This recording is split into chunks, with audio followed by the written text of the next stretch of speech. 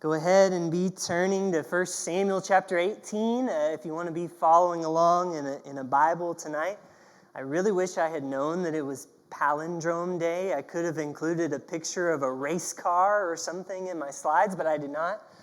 I also wish I was sure who was doing the lesson tonight. That would make this bit a whole lot easier. But in all jest, I'm glad to be here tonight and glad to spend this time in 1 Samuel with you. So I've always been a fan of unlikely friendship stories, especially when they have to do with the animal kingdom, which is something that's pretty common out on the internet. For example, I found this unlikely pair of companions.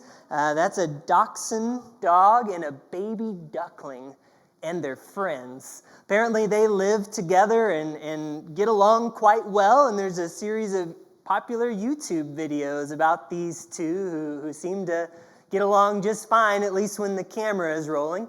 And if you think that is strange, you'll really love what I have next for you. Recently, there was a documentary that came out about this man who lives in Europe who, while he was out in the woods, he found 2 abandoned baby brown bear cubs and raised them as pets in his house, like you and I might a dog or a kitten. As your preacher, I would not recommend doing this. But apparently for this man, he found it to be, had quite a bond with these little terrifying teddy bears that he took under his wing. And he actually kept them in his house until they became even larger than he was before finally he released them to a wildlife sanctuary. Talk about an unlikely friendship. A man and his bears. But of course, these stories happen and occurred not just in the animal kingdom. I have a feeling that we all love a good, unlikely friendship story. We find them often in our children's tales and movies. Timon and Pumbaa, Snow White and those 7 little bearded men. If that's not an unlikely friendship, I don't know what is. And in the American classics, we have Richie Cunningham befriending the bad boy, the Fonz, and suddenly they are best of friends. Even sci-fi, we find these sort of pairings as well. Han Solo and Chewbacca in Star Wars, Captain Kirk and Spock if you're a Star Trek fan. The stories that we love to tell are often filled with these unlikely friendships where people are drawn together by more than just convention or convenience, drawn together by something deeper. When those kind of friendships form, that's the kind of story that I want to hear, because usually those are friendships that matter.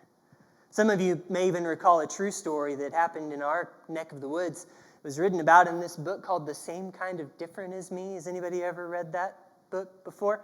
It's a story about, happened right here in Fort Worth, about this Fort Worth art salesman named Ron Hall, and he became a lifelong friend with the other man in that picture, Denver Moore, who at the time was living in one of the homeless shelters on East Lancaster Avenue.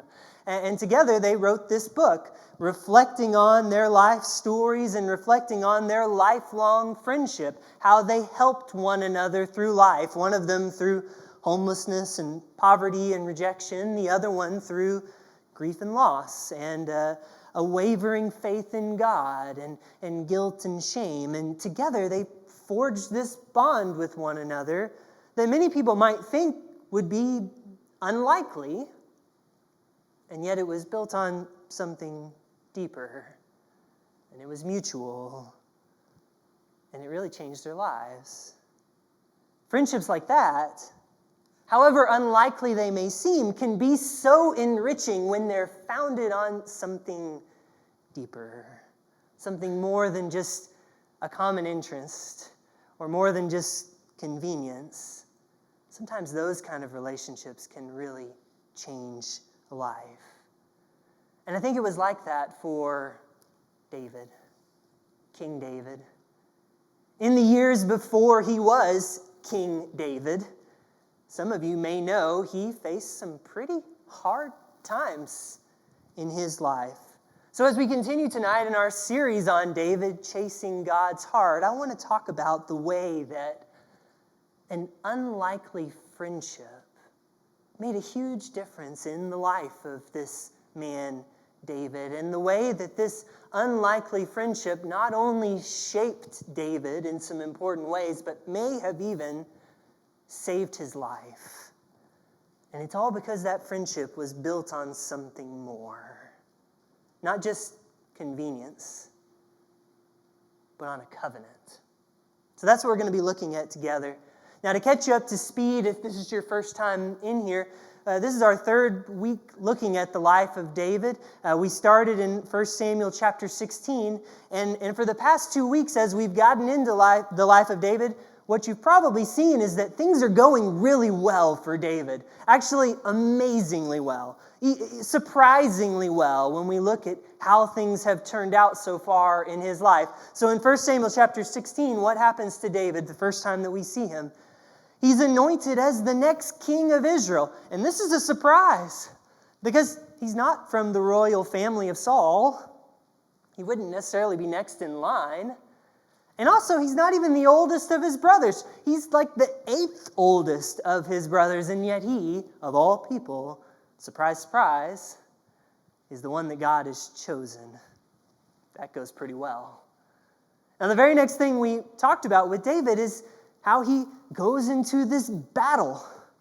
And even though he's just a boy at the time, that's what the text tells us, 1 Samuel 17, and even though he's fighting against this mighty giant champion of war, Goliath, surprise, surprise, look who comes out standing in the end.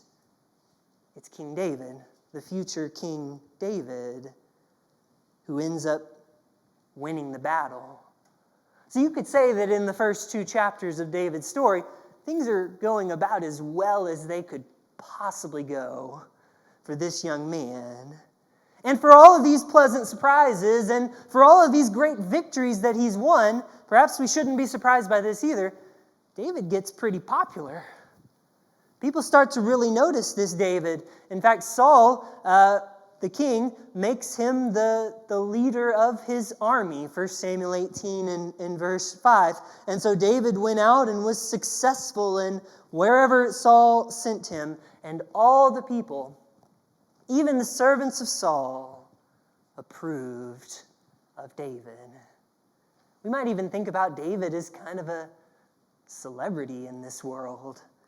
As they were coming home, the next verse says, when David returned from killing the Philistine, the women came out of the towns of Israel singing and dancing to meet Saul. And what did they say? They sang together, Saul has killed his thousands, David his 10,000s. Things are going pretty well for David, aren't they?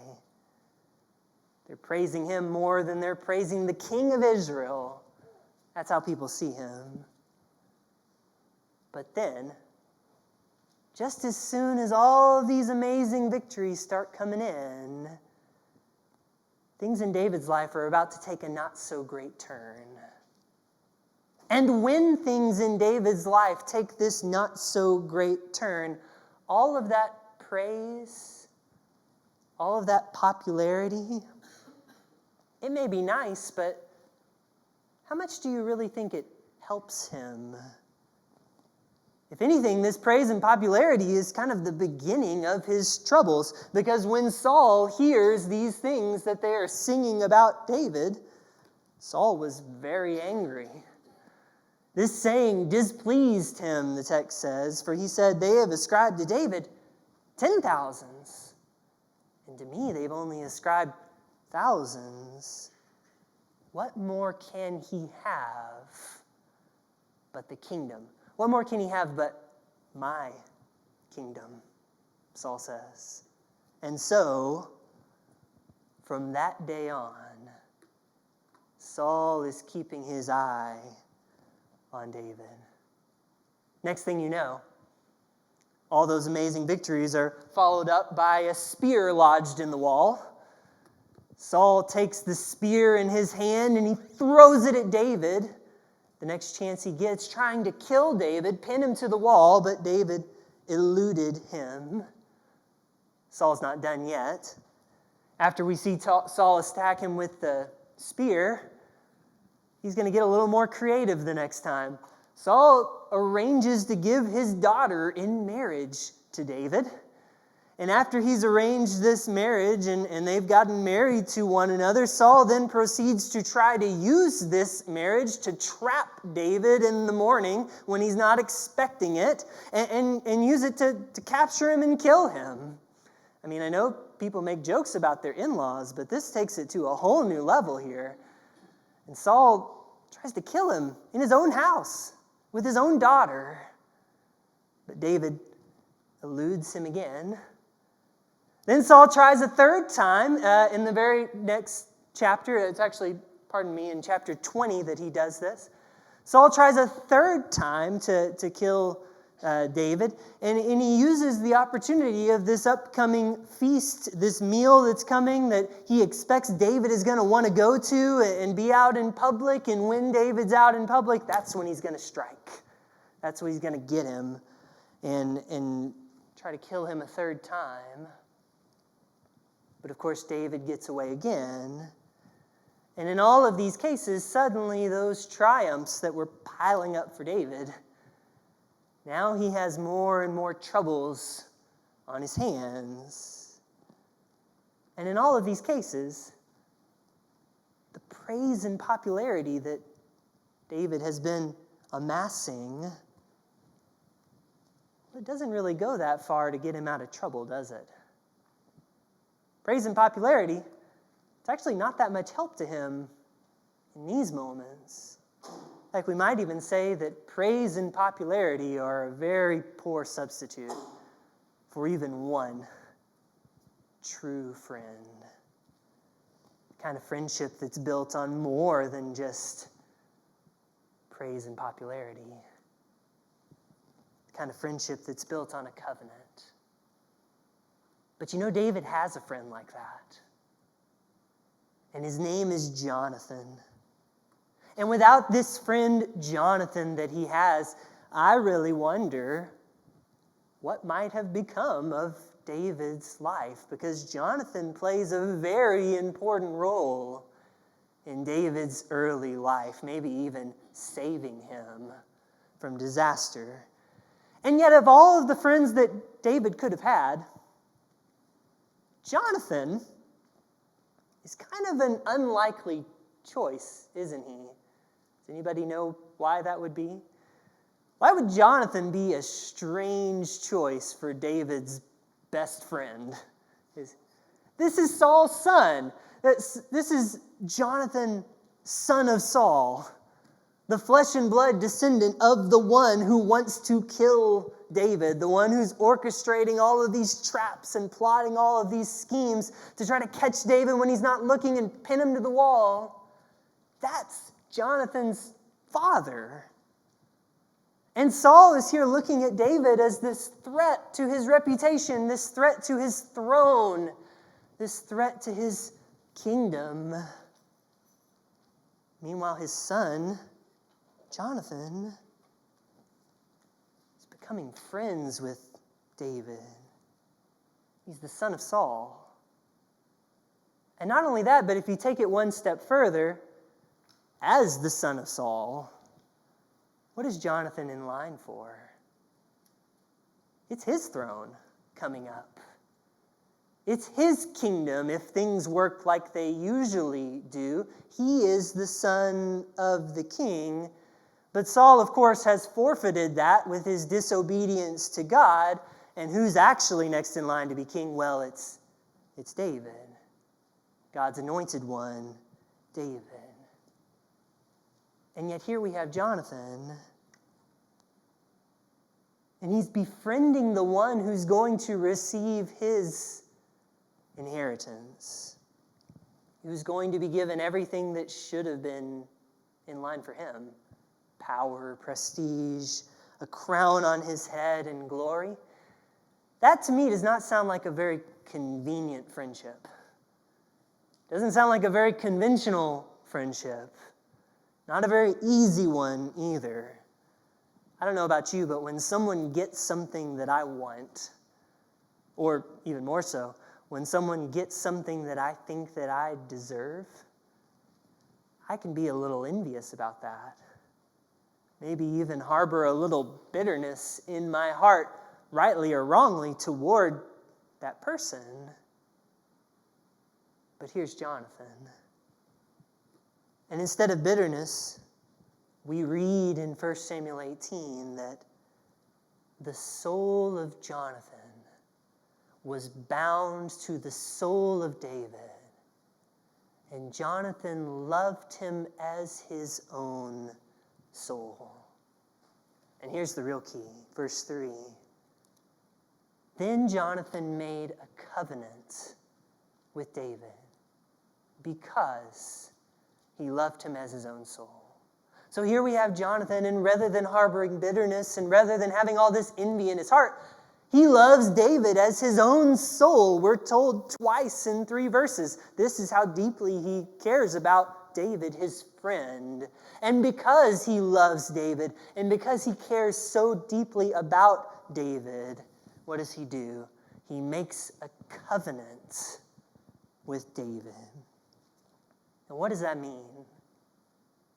Maybe we know what a covenant is.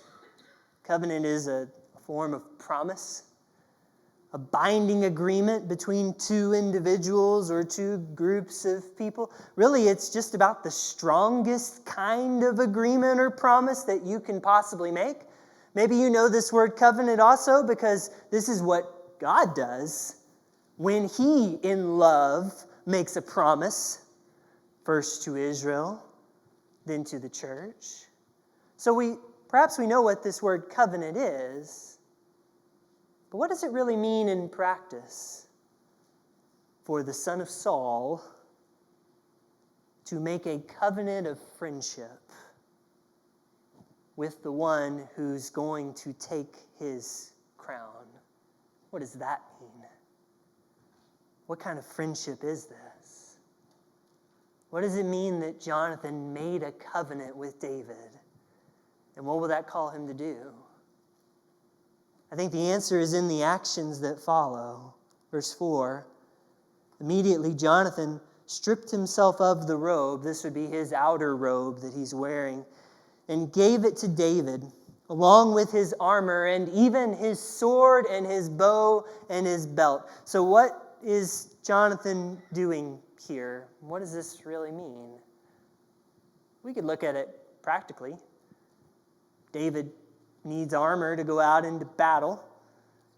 Maybe you remember when Colby was preaching about the David and Goliath story last chapter, when Saul tries to give David his armor, but he doesn't take it. Why? It's too big for him, too cumbersome for him. So I guess Jonathan's just giving him armor that better fits him, right? If we just look at it practically, that seems to be what's happening. But isn't this more than that? Jonathan gives him more than just the clothing that he wears. This is the son of the one who should be king, giving his royal armor, his royal robes, to the one who will be king. And he's doing it gladly. Not holding a grudge, but willingly. In a way, he's living out this covenant. What's mine is yours. I'll give you my place, my honor. I will lift you up and lower myself for you.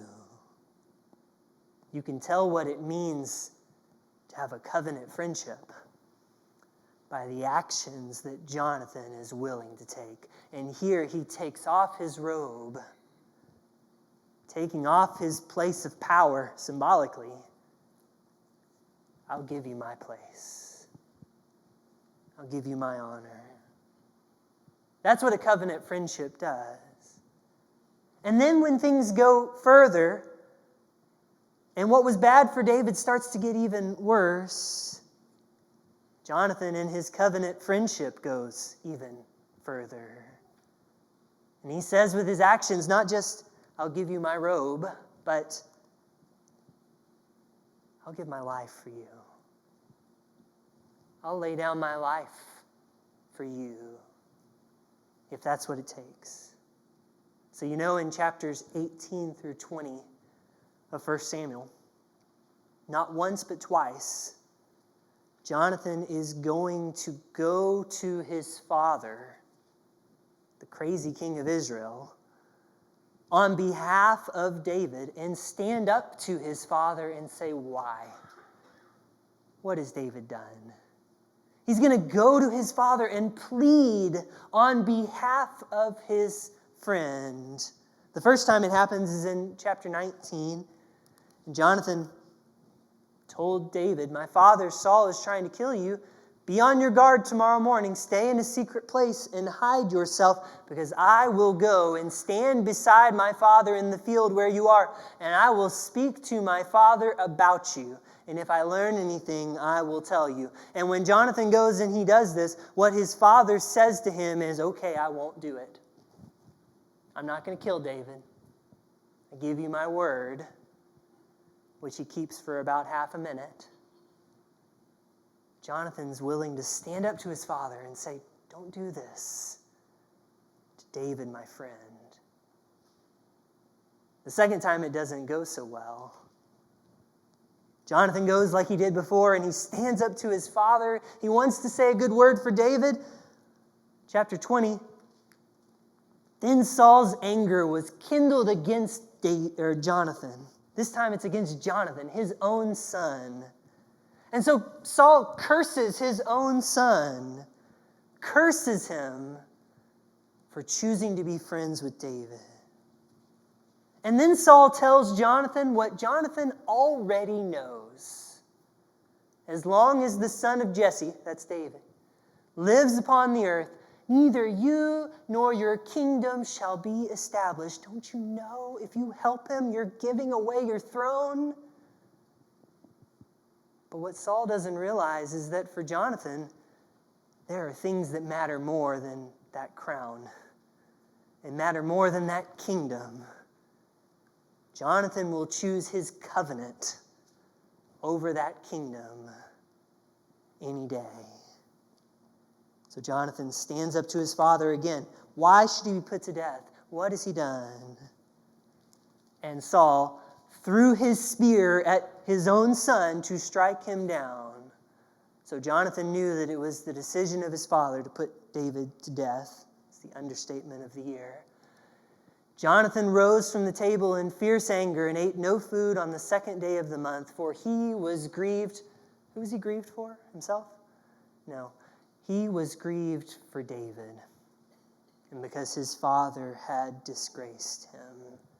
These are the lengths that Jonathan is willing to go for his covenant friendship. He risks his life for David, and when things don't work out, he's sad for David, that David's about to have to go through what he's going to go through when his own father turns against him. That's quite a friendship. That's quite an example to try to live into. And in many ways, I think David's life is spared and forever changed by this friendship that he has with Jonathan, the unlikeliest of companions, the son of Saul. Where would David be without Jonathan?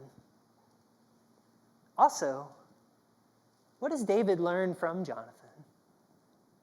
Because we find David throughout his life choosing the selfless path again and again and again. And sometimes he even does this for a man named Saul, Jonathan's father. And I have to wonder, Jonathan showed such selflessness to David. I wonder how it changed him. And today as I consider these stories and I think about our lives, there are some things that really hit home for me. The first thing is that every one of us would be blessed to have a friend like Jonathan. And one thing I know is that every one of us has a friend like Jonathan in our Savior, Jesus. After all, what Jesus has done for you and me and the way that he has acted is just like Jonathan. He extends his covenant, his friendship. Unlikely as it is that the Son of God would be friends with a sinner like me, yet Jesus extends this covenant. And you can tell by the actions that follow. For example, there was that time when during dinner, Jesus got up from the table and he took off that outer robe, tied a towel around his waist, poured water into a basin, began to wash his disciples' feet, to wipe them with the towel that was around him. And what is he saying when he does that? You could take it practically. Their feet needed to be washed. But isn't he saying, what's mine is yours? I left heaven so that you could be there with me too. Take my honor. I'm laying it down. I'll give you a place with God.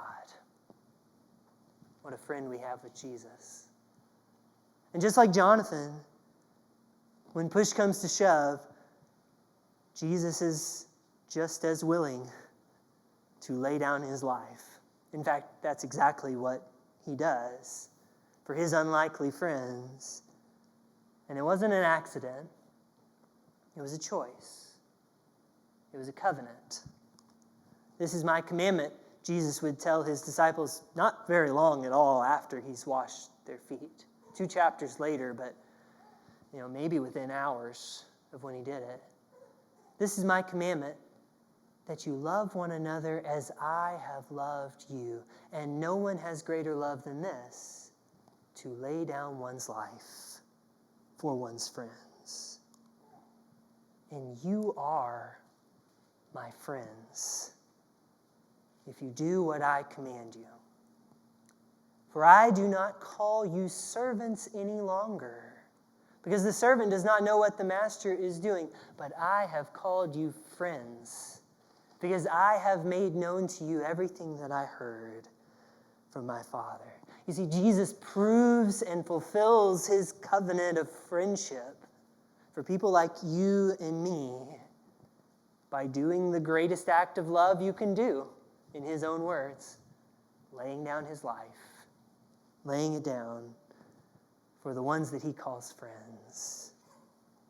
A friend like Jonathan can change your life. We have a friend like that in Jesus. Of course, the other thing that I'm reminded of with this is that every one of us can strive to be a little more like Jonathan in our lives, because we're called to be the kind of people who invest in the relationships around us, and not just for the convenience they bring. We're not just out of mere convention. We're not just out of what we can gain from somebody else. This is my commandment, Jesus says, that you love one another, but that you love one another as I have loved you, in the way that Jesus loves, which is the love of a covenant friendship. It's a love that puts others above yourself, which ought to be a hallmark of we people who are a part of God's church, putting others above ourselves. One of the things that I do love about being in Christ's church is that the church is a place for unlikely friendships to form. And we have them here as well, as people of very, all across the spectrum of ages and places where you grew up and things like that, come together here and probably would have no reason to know or befriend one another at all, were it not for something deeper that brings us together.